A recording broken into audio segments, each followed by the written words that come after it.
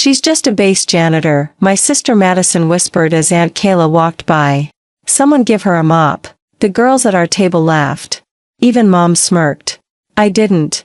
I just stared at Kayla's back as she kept walking, quiet like always. Then Colonel Rivers stood up, his voice cut through the room. Clear the area. Sergeant Kayla's data saved lives. The room froze. My mom reached for her bag like someone had just exposed a secret. Madison's face turned pale. You could see the color drain from her cheeks. That's when I realized, we had no idea who Aunt Kayla really was. It was supposed to be just another boring formal dinner. Mom called it a military banquet and said it was a big deal, something about donors and base recognition. I didn't care. I was 17.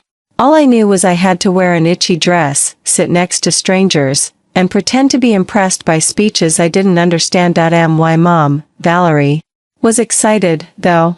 She worked in corporate marketing and loved anything that involved networking, name-dropping, or being seen by the right people. We don't want to look like we don't belong, she kept saying while fixing my hair in the mirror. My younger sister Madison was 15 but acted older. She cared about looks, selfies, and who was watching. If something wasn't cool or expensive, she didn't care. And in her world, our Aunt Kayla definitely wasn't either of those things. We met Kayla outside the base. She waved when she saw us and gave me her usual side hug. She wore a navy blue uniform, simple and plain. Her hair was pulled back. She had that same tired smile she always did, like someone who works hard but doesn't complain. Hey, kid, she said to me. Glad you came. Madison didn't hug her. She just gave her a quick look and said, that's what you're wearing? Mom didn't even try to hide her frustration. Kayla, really? You couldn't change into something decent? This is a formal event. Kayla gave a soft laugh. I came straight from work. No time to change. But don't worry, I won't stay long. Just wanted to see you guys inside. As we walked into the hall, I looked around. The place was full of high-ranking officers and guests in suits and gowns. Everything sparkled, white tablecloths, tall glasses, polished silver. I felt out of place. Not because of me, but because of how everyone looked at Kayla. She stayed near the edges, helping clean, picking up plates, wiping down things. No one paid her any attention. She blended in, invisible. At our table, some other teens were sitting, daughters of officers, dressed in fancy clothes, chatting like they were at a school dance. Madison jumped into their circle right away. When Kayla passed by carrying a tray, Madison leaned in and said just loud enough for them to hear, she's just the janitor here. Someone give her a mop. They all laughed. Even one of the moms smiled awkwardly. I didn't laugh. I didn't say anything either. I felt this weird mix of anger and embarrassment, but I stayed quiet. I didn't want to start anything. I just watched Kayla walk away like she didn't hear. But I knew she did. She always hears everything. She just chooses not to react, and that night, her silence said more than any words ever could. The dinner was in full swing. Waiters moved in and out like a silent rhythm, trays in hand, plates disappearing, glasses refilled without anyone asking. The room buzzed with soft conversations, quiet laughter, and the occasional clinking of forks against fine china. Every corner felt expensive. Every face looked like it belonged in a magazine or a war memorial. I sat there, trying to blend in, trying not to feel like I didn't belong. Aunt Kayla had disappeared into the background, just like she always did. I spotted her a few tables away, collecting used plates. She was fast, quiet, efficient, just doing her job. She had always been like that. Even at home, she moved like someone who didn't want to take up space. But now, watching her in that room full of proud officers in polished uniforms, I felt a strange discomfort rise in my chest. Everyone around her acted like she didn't exist. Like she was just furniture. Just a mop. Madison, on the other hand, was having the time of her life. She had already made friends with the girls at our table, Layla, Jules, and Tasha. Their dads were all high-ranking officers. They wore designer shoes, had perfect hair, and spoke in this smooth, practiced way that made them sound older than they were. And Madison, of course, wanted to be just like them. As Aunt Kayla passed behind us again with a tray full of glasses, Madison leaned over and whispered, "Someone give her a mop already." The other girls laughed. Not loudly, but loud enough. It was the kind of laugh meant to hurt. The kind that doesn't care who hears. I turned toward Madison, but I didn't say anything. I should have. I wanted to. But the words didn't come out. Instead, I glanced at Kayla. She didn't stop. She didn't even blink. Just kept walking, head slightly bowed, hands steady. She's like, their live-in maid, right? Jules asked, trying to sound curious but failing miserably. No, I said quietly. She's our aunt. Madison rolled her eyes. She's not really our aunt. She's like, Mom's half-sister or something. That doesn't make her less family, I said, my voice sharper than I meant it to be, but no one responded. They just went back to their sparkling water and small talk. Then the announcer tapped the microphone at the front of the room, and a hush slowly fell across the banquet hall. A tall man in uniform stepped up to the podium. His medals glinted under the lights. I didn't know who he was at the time, but he looked important. He carried himself like someone used to being listened to. Thank you all for being here tonight, he began. We're here to recognize the men and women who've gone above and beyond in protecting the integrity and safety of this base. People clapped politely. Mom straightened her back and smiled as if this moment had something to do with her. Madison glanced around the room, checking who was watching. The man continued. Now, before we move to dinner, we'd like to acknowledge a critical contributor to recent threat prevention efforts on this base. Please hold your applause until the end. I leaned back in my chair, assuming it was just another officer being honored, but then he said, Operational Intelligence Civilian Recognition Award, Sergeant Kayla Winslow. I blinked. I thought I misheard. At first, no one moved. Not even Kayla. She's, what? Madison whispered. That can't be her, said Layla, confused. Mom's face tightened like she'd just eaten something sour. She must be assisting someone. Probably just mentioned in the report. But then I saw Kayla walking slowly toward the front of the room. She wasn't pushing a cart or carrying a tray. Her shoulders were squared, her hands free, her eyes locked on the podium. The man who introduced her nodded and stepped aside. He looked at her with the kind of respect I had never seen anyone give her before. Then another man stood up, bigger, older, even more decorated. His voice was loud and calm. Clear the area.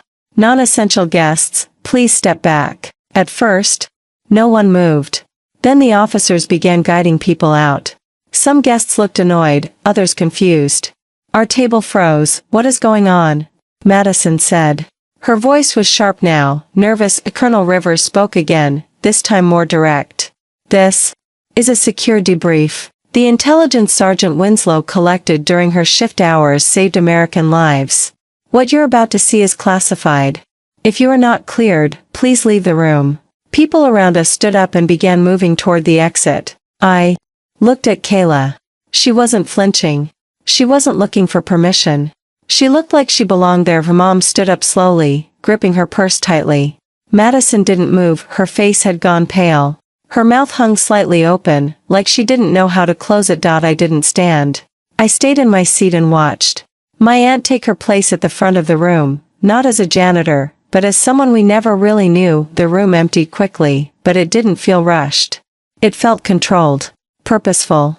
Two uniformed officers moved around, checking badges, gently asking anyone without clearance to step outside. Some donors looked annoyed. A few whispered to each other, clearly curious. But no one argued. No one wanted to challenge the tone in Colonel Rivers' voice. It wasn't a request, it was an order. Our table didn't move right away. Mom was the first to react. She stood up, holding her purse like she wasn't sure whether to stay or run. Her expression had changed completely. Just 10 minutes earlier, she had been judging Kayla's clothes. Now she looked like she didn't know who she was. Her lips were tight, and her eyes darted around, like she was searching for a way to undo something. Madison sat frozen in her seat, still facing the front. She's not really a sergeant, right? She whispered. She's just called that, like a nickname? I didn't answer. I couldn't. My chest was tight, and I could feel my heart pounding. Not from fear, but from the shock of realizing how much we had all gotten wrong. I was embarrassed. Not of Kayla, but of us. Of myself, for staying quiet when Madison made that joke. Of Mom, for treating her like an inconvenience. Of all the people in that room who had looked through her like she didn't matter, Colonel Rivers stepped forward again, this time addressing only the few people left in the room, mostly high-ranking officers, security, and staff. He nodded. Once toward Kayla, then turned to the rest of us. Sergeant Kayla Winslow, he said clearly, has provided critical data over the last 6 months through a civilian surveillance initiative, operating entirely unnoticed within routine maintenance rotations. He paused, letting the silence sit heavy in the room. Her role required complete anonymity. She volunteered, knowing she would be overlooked, disrespected, even mocked. She accepted that risk without hesitation. I felt a lump rise in my throat. Kayla stepped forward. She didn't look nervous. She didn't smile. Her face was calm, focused. She placed a black tablet on the podium, tapped the screen, and a large monitor behind her lit up with a digital map of the base. Red lines crisscrossed the map, highlighting certain areas, service corridors, fence lines, dumpsters, loading bays. At first, it just looked like a blueprint. But then, she began to speak. For the last 6 months, she said, her voice clear and steady, I performed daily janitorial duties across high-traffic and low-visibility zones. During that time, I was equipped with 2 hidden microcams and a modified badge transmitter. My cleaning cart carried a low-range field scanner disguised as a water tank. Her finger traced the red lines on the map. These paths represent movements of unidentified personnel, none of whom logged official base access. 3 separate breaches occurred in non-surveilled areas between midnight and 3 a.m., all within walking distance of the south fence. The room was silent. No one even coughed. She pulled up grainy video footage next. A person in civilian clothes climbing the fence, pausing, then moving across the base behind storage containers. Another clip showed 2 individuals near a fuel tank, appearing to take photos before quickly vanishing into the shadows. The timestamps were clear. The faces weren't. But the evidence was there. These breaches, she continued, were reported and tracked using the signal pings from the scanner cart. We connected them to a larger pattern involving supply theft and potential sabotage. One of the officers leaned forward, jaw clenched. Another scribbled notes furiously. Colonel Rivers spoke again. Because of Sergeant Winslow's data, we were able to intercept a planned attack targeting our eastern supply route. 73 personnel were scheduled to be on transport that day. None of them were harmed. I didn't know what to feel. Pride, guilt, awe, it all hit me at once. I couldn't believe the woman I saw every Thanksgiving holding a spoonful of mashed potatoes and offering seconds was the same person standing up there calmly explaining how she'd caught potential threats with a mop and a hidden camera, and she never told us. Not once. She let us believe she was just the janitor. Because that's what the mission required. Madison finally whispered, "Is this real?"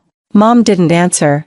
She just sat down slowly, like someone had pulled the ground out from under her. Kayla ended her presentation with no applause, no smile. Just a quiet thank you and a nod. She didn't bask in the attention. She didn't try to prove anything. She simply did what she was there to do, present her report and go back to work. As she stepped down from the podium, I watched her pass the same girls who had laughed earlier. None of them said a word. Not even Madison. No one saw her the same way. Again. And neither did I. After Kayla stepped down from the podium, the room stayed silent.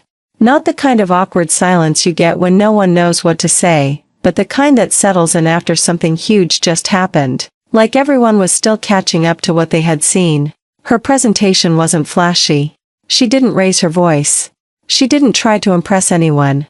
But what she delivered hit harder than any medal or speech I'd ever seen. It wasn't just about security footage or tracking patterns. It was about who she really was.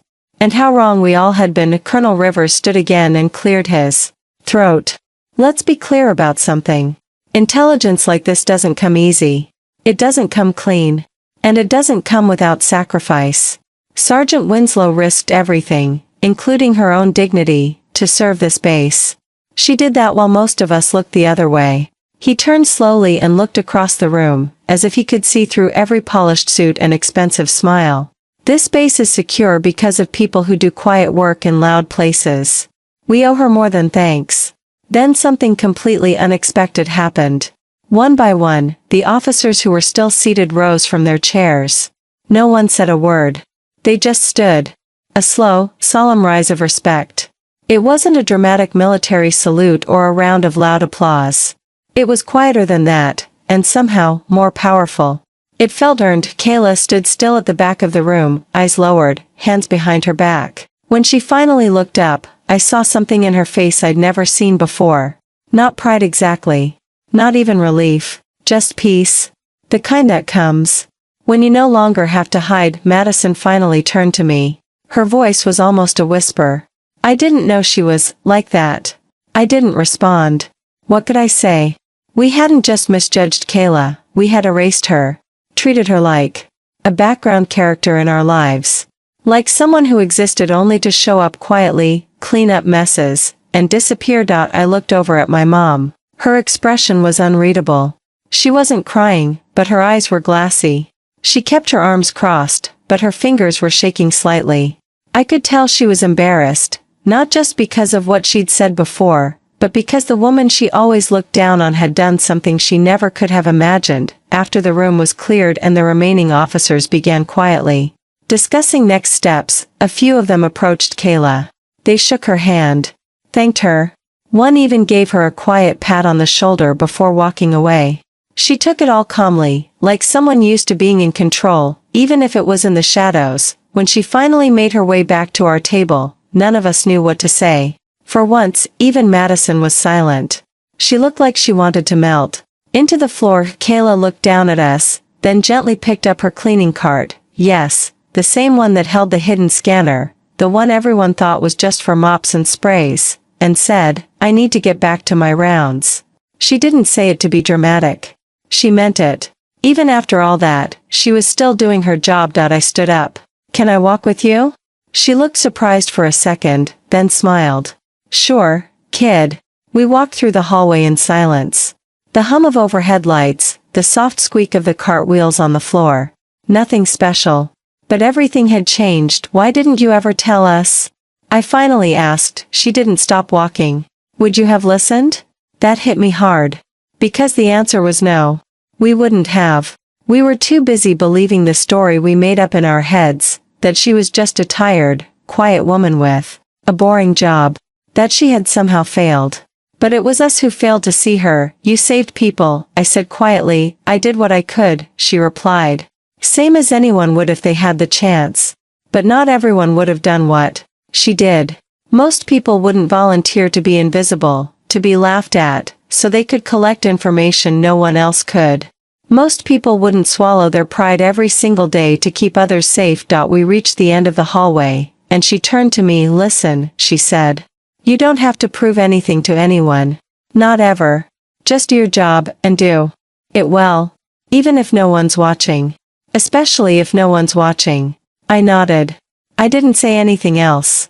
There wasn't anything left to say. That moment, that walk with her down the hallway, was the beginning of a shift in me. The way I saw people. The way I measured worth. From that night forward, I carried a piece of Kayla's quiet strength with me, and I never let anyone make fun of her again. The ride home that night was completely silent.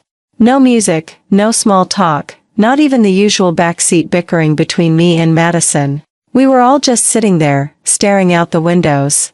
As the base lights faded behind us, I don't think any of us knew how to act after what we had just witnessed. Mom drove with both hands gripping the steering wheel, her eyes locked on the road like she was trying to keep herself from falling apart. Madison sat next to me, unusually quiet, her arms crossed and her phone untouched in her lap. I glanced at her once, waiting for some kind of comment. A joke, maybe. A sarcastic remark to break the tension. But there was nothing. Just a pale, shaken face and a girl who looked like she had just seen a part of the world she didn't know existed. About 10 minutes into the drive, Mom finally spoke, her voice lower than usual. I didn't know, she said. She wasn't talking to anyone in particular. Just putting the words into the air like she needed them out of her mouth. I looked at her. You never asked. She didn't respond. Her eyes stayed on the road, but I saw the way her lips pressed together and how her fingers trembled slightly on the steering wheel. My mom wasn't someone who liked being wrong. She wasn't cruel, but she had always been proud, maybe 2. Proud. And for the first time in my life, I saw her sit with her own guilt. When we got home, Madison went straight to her room without a word. No door slam, no headphones in, no phone call to her friends. Just silence. I didn't follow her. I knew she needed time to process everything. Honestly, I did too. I sat on the couch with my laptop, pulled up a browser, and started typing, Sergeant Kayla Winslow military record. I wasn't sure what I was hoping to find, but I couldn't stop myself. I wanted to know everything I had missed. Everything I never took the time to ask her. What I found wasn't flashy. No big headlines or documentaries. Just small articles. A few mentions in military newsletters. A photo from years ago, where she stood in full uniform beside her unit in Iraq, half smiling, sunburned, strong. A short video clip from a safety award ceremony, where she accepted a commendation without even giving a speech. Just nodded once and walked off stage. That was her. Quiet. Purposeful. Invisible by choice, not by accident. I thought about all the times I'd heard Mom say, Kayla wasted her life. She could have done something if she went to college. But Kayla had done something. More than most people ever would. She just never needed anyone to know. The next morning, I texted her, I'm proud of you. She replied within minutes, took you long enough, kid, and I smiled. Things didn't magically change after that. Mom didn't suddenly become soft. Madison didn't write a long apology. But something shifted. A quiet respect settled in, even if it was never spoken out loud. At family dinners, Kayla still wore her uniform, but no one commented on it. No more jokes. No more whispered insults. Just space for her to exist, as she was. The next time we visited the base for another event, she didn't sit in the back. She was at the main table with Colonel Rivers and a few others. And this time, when people looked at her, they didn't see a janitor. They saw someone who had earned her place, and then some. For me, the biggest change wasn't how we treated her. It was how I started treating people in general. I began paying more attention to the quiet ones, the security guards at school, the lunch ladies, the janitor who swept the halls after hours. I realized how easy it was to overlook people who weren't loud about their presence. And how unfair that was. One afternoon at school, I saw a group of kids laughing at Mr. Patel, the custodian. They joked about how slow he was, how his clothes always looked the same. Normally, I would have walked past, pretended I didn't hear it. But I didn't this time. I stepped in front of them and said, he works harder than all of you combined. You should be thanking him. They stared at me like I was crazy.